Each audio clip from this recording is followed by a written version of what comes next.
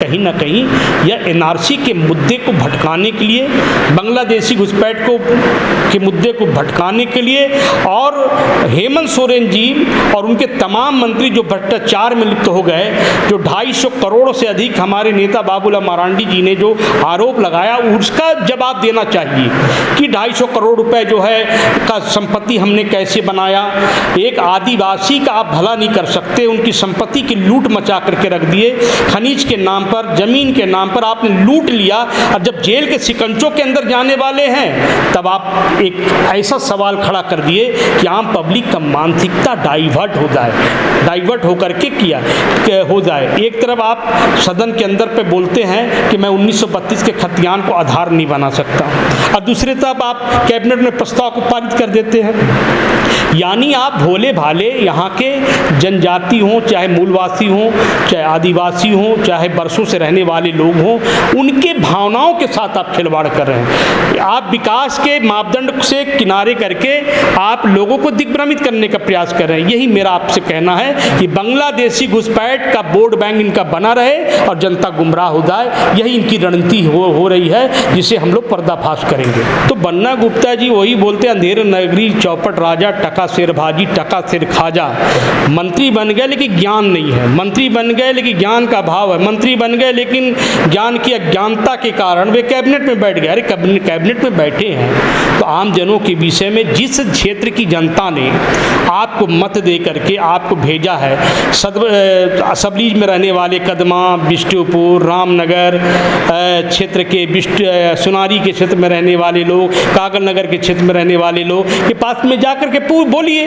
पास में यही है कि आप अपनी नीति को स्पष्ट करें। और बांग्लादेशी घुसपैठ के बारे में जो लंबे लंबे टोपी वाले के पास में आप जब बैठ जाते हो और लंबा लंबा आप कुरान की बात करते हो, तो एनआरसी के बारे में बोलिए कि बांग्लादेशी घुसपैठ के बारे में आपका क्या राय है। बांग्लादेशी घुसपैठ रहना चाहिए कि नहीं रहना चाहिए, उनको अधिकार मिलना चाहिए, मिलना नहीं चाहिए, ये सारे मुद्दे जो है अपने उन्होंने उखाड़ करके जनता के पास में दे दिया। नमस्कार, सुशल संवाद में स्वागत है। मैं शशि भूषण। कल कैबिनेट ने 2 प्रमुख प्रस्ताव लेकर आया है। सबसे ज़्यादा चर्चा 1932 आधारित स्थानीय नीति को लेकर है और दूसरी जो है 27% आरक्षण ओबीसी को लेकर। ये 2 प्रस्ताव कैबिनेट में आए हैं, उस पर पास हो गए हैं। आगे क्या कुछ होगा और बाकी लोगों का इस पर बाकी क्या राय है, उस पर हम बात करेंगे। हमारे साथ अभय सिंह जी हैं, बीजेपी के भी बड़े नेता हैं और अपने हर मुद्दों पर एक तरीके से अपनी बात भी रखते हैं। तो पूछते हैं कि आपकी क्या राय है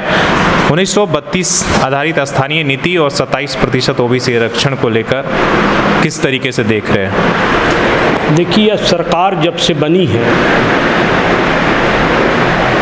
तब से पूरे झारखंड में अराजकता की स्थिति है।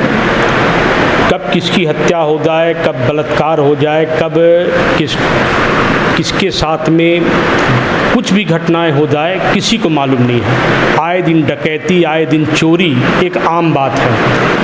कल के कैबिनेट के बीच में 1932 के खतियान और ओबीसी के विषय में जिस प्रकार हेमंत सोरेन जी के सरकार ने कैबिनेट में अपने प्रस्ताव को पारित किया है, लेकिन समझ में ये नहीं आता है कि आज झारखंड की सबसे बड़ी जो कुव्यवस्था है, जो सबसे बड़ी त्रासदी, सबसे बड़ी भयानक स्थिति है, वह है एनआरसी का मामला।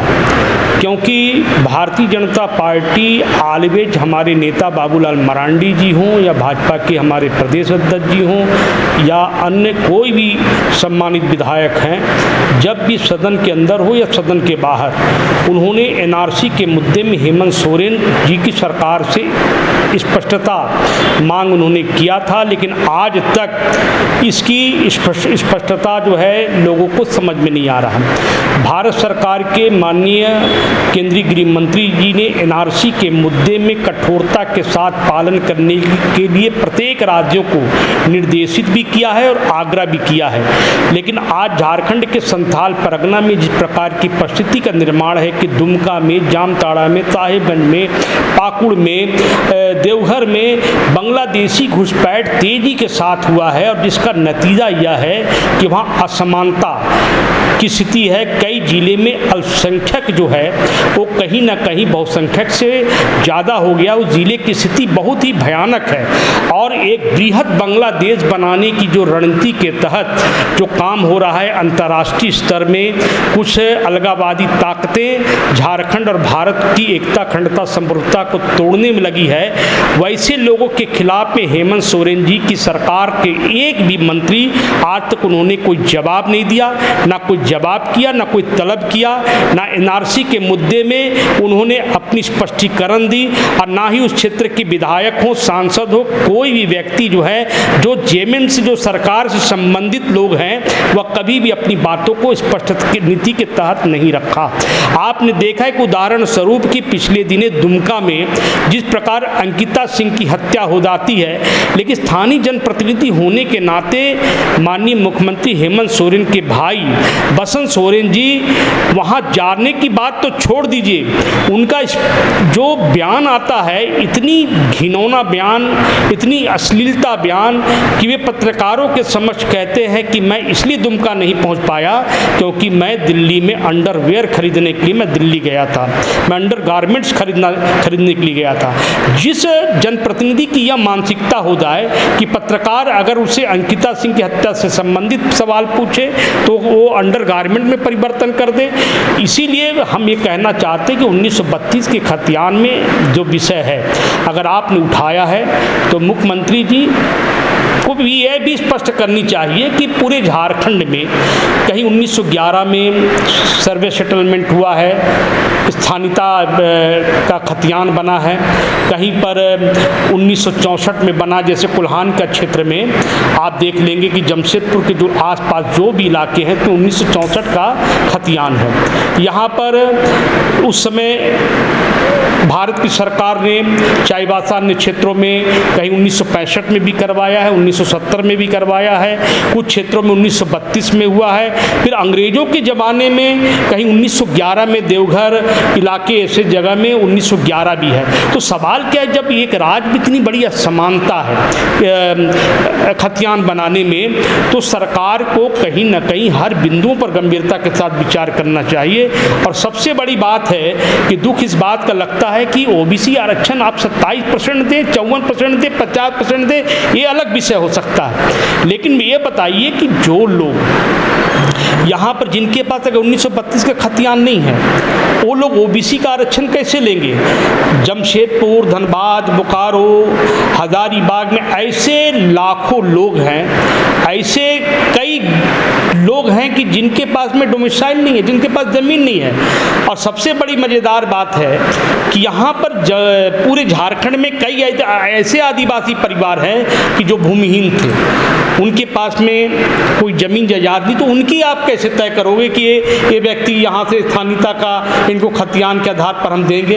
तो सवाल यह है कि कहीं ना कहीं यह एनआरसी के मुद्दे को भटकाने के लिए, बांग्लादेशी घुसपैठ के मुद्दे को भटकाने के लिए और हेमंत सोरेन जी और उनके तमाम मंत्री जो भ्रष्टाचार में लिप्त हो गए, जो 250 करोड़ से अधिक हमारे नेता बाबूलाल मरांडी जी ने जो आरोप लगाया उसका जवाब देना चाहिए कि 250 करोड़ रुपए जो है का संपत्ति हमने कैसे बनाया। एक आदिवासी का आप भला नहीं कर सकते, उनकी संपत्ति की लूट मचा करके रख दिए, खनिज के नाम पर, जमीन के नाम पर आपने लूट लिया, और जब जेल के सिकंजों के अंदर जाने वाले हैं तब आप एक ऐसा सवाल खड़ा कर दिए कि आम पब्लिक का मानसिकता डाइवर्ट हो जाए, डाइवर्ट होकर के हो जाए। एक तरफ आप सदन के अंदर पे बोलते हैं कि मैं 1932 के खतियान को आधार नहीं बना सकता, और दूसरी तरफ आप कैबिनेट में प्रस्ताव को पारित कर देते हैं। यानी आप भोले भाले यहाँ के जनजाति हों, चाहे मूलवासी हों, चाहे आदिवासी हों, चाहे बरसों से रहने वाले लोग हों, उनके भावनाओं के साथ आप खिलवाड़ कर रहे हैं। आप विकास के मापदंड से किनारे करके आप लोगों को दिग्भ्रमित करने का प्रयास कर रहे हैं। यही मेरा आपसे कहना है कि बांग्लादेशी घुसपैठ का वोट बैंक इनका बना रहे और जनता गुमराह हो जाए, यही इनकी रणनीति हो रही है, जिसे हम लोग पर्दाफाश करेंगे। देखिए, सबसे बड़ी समस्या तो जमशेदपुर में बनकर के उभरेगी। यह समस्या इसलिए है कि 1902 में टाटा स्टील की स्थापना हुई। उसके बाद सारे लोग यहाँ पर किसी न किसी प्रकार की नौकरी करने आए, लोगों का ज़मीन आवंटन हुआ, सब लोग सबलीज में रहने लगे। तो उनके पास में खतियान का अभाव है। जब सबलीज में रहते हैं, नौकरी करते हैं, उसको भी आधार बनाना चाहिए।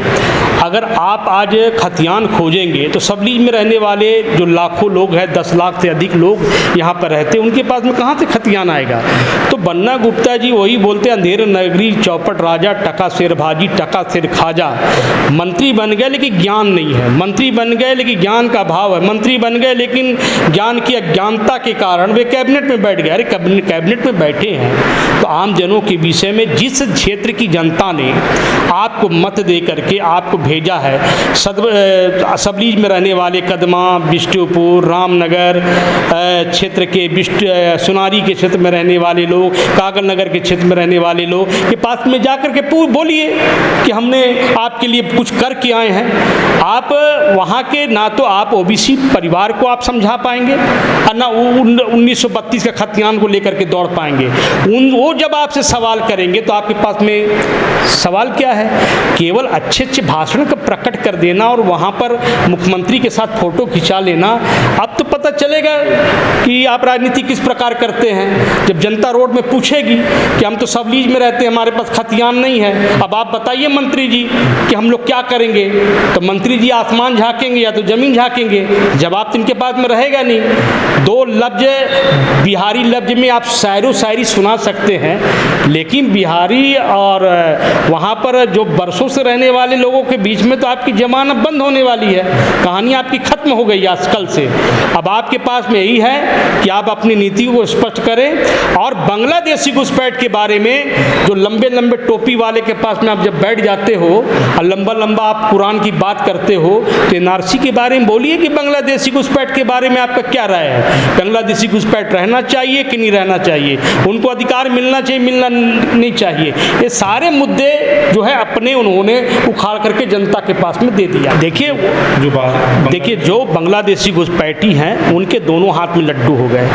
आदिवासी युवती को प्रलोभन करके लब देहात करके शादी कर लेना, उनके अधिकारों पर रह जाना, बाल बच्चे पैदा होंगे कल तो उनको डोमिसाइल नीति स्थानीयता के आधार पर आप उनको मान्यता दिलवा देंगे, तो उनके हाथ में लड्डू। ये षड्यंत्र जो है पूरे देश में चल रहा है, पूरे देश में मोदी सरकार के विरोध में चल रहा है कि कैसे पूरे देश में कहीं पादरी चिल्ला रहे हैं, कहीं चर्च चिल्ला रहा है, कहीं बांग्लादेशी चिल्ला रहा है, कहीं एनआरसी के मुद्दे में जब मामला होता है तो लोग जो चिल्लाना शुरू कर देते हैं, विपक्ष के लोग चिल्लाना शुरू कर देते हैं। कहीं कश्मीर के मुद्दे में 370 धारा हटाने की बात होती तो लोग चिल्लाना शुरू कर देते हैं। पूरे देश को प्रभावित करने के लिए ऐसे लोग, बांग्लादेशी घुसपैठी लोग और अराजक फैलाने वाले लोग जो हैं भारत को विखंडित करने पर तुले हैं। और देश के माननीय प्रधानमंत्री नरेंद्र मोदी जी भारत को एकजुट करने पर लगे हैं। लड़ाई इसी बात की है। एक सवाल, लास्ट सवाल रहेगा कि बीजेपी के साथ सबसे ज़्यादा वोटर जो है वो शहरी आबादी है और उसके पास खतियान नहीं है, तो आप लोगों के लिए तो बड़ा असमंजस की स्थिति है, कैसे अपने वोटरों को? देखिए कोई स्थिति नहीं है, बिल्कुल नहीं है। भारतीय जनता पार्टी राष्ट्रीय मुद्दे पर लड़ाई करती है, विकास के मुद्दे पर लड़ाई करती है, और जो भी देशद्रोही हो, देश विरोधी हो, देश विरोधी ताकतों के विरोध का जो प्रस्ताव करके लड़ती है। और जहाँ तक खतियान का मामला उठा है, अभी पर्दे पे बहुत कुछ पीछे खेल बाकी है, पहले उसको धीरे धीरे आने दीजिए। भारतीय जनता पार्टी मूलवासी, आदिवासी और जो लोग भी झारखंड में रहते हैं, 3.25 करोड़ जनता, सबके हित को लेकर के झारखंड को विकास की प्रगति पर ले जाने वाली कार्य करेगी, ये मेरा आपको विश्वास मैं दिलाता हूँ। चलिए बहुत बहुत धन्यवाद। तो ये राय के सिलसिला कल से ही तमाम लोगों को राय अपनी अपनी आ रही है, और आपने देखा होगा कि कोल्हान के सबसे जो है एक सांसद बड़े गीता कोड़ा जी हैं, उन्होंने भी कहा है एक तरह से कि जो 1932 आधार है कहीं ना कहीं बहुत सारे लोगों के साथ अन्याय हो जाएगा, इसलिए कोल्हान में जो लास्ट अंतिम सर्वे पे सेटलमेंट हुआ था 64, 65 और 70 में, उसी आधार बनाना चाहिए। नहीं तो जिसके लिए आप लेकर आ रहे हैं वही बाहर हो जाएगा, वही प्रवासी घोषित हो जाएगा। तभी बहुत कुछ पेच बाकी है, हालांकि अभी जश्न का सिलसिला शुरुआत हो चुका है। देखते हैं कि आगे क्या कुछ होता है। अपने सहयोगी शेष राममूर्ति के साथ मैं शशि भूषण, सोशल संवाद न्यूज़ झारखंड।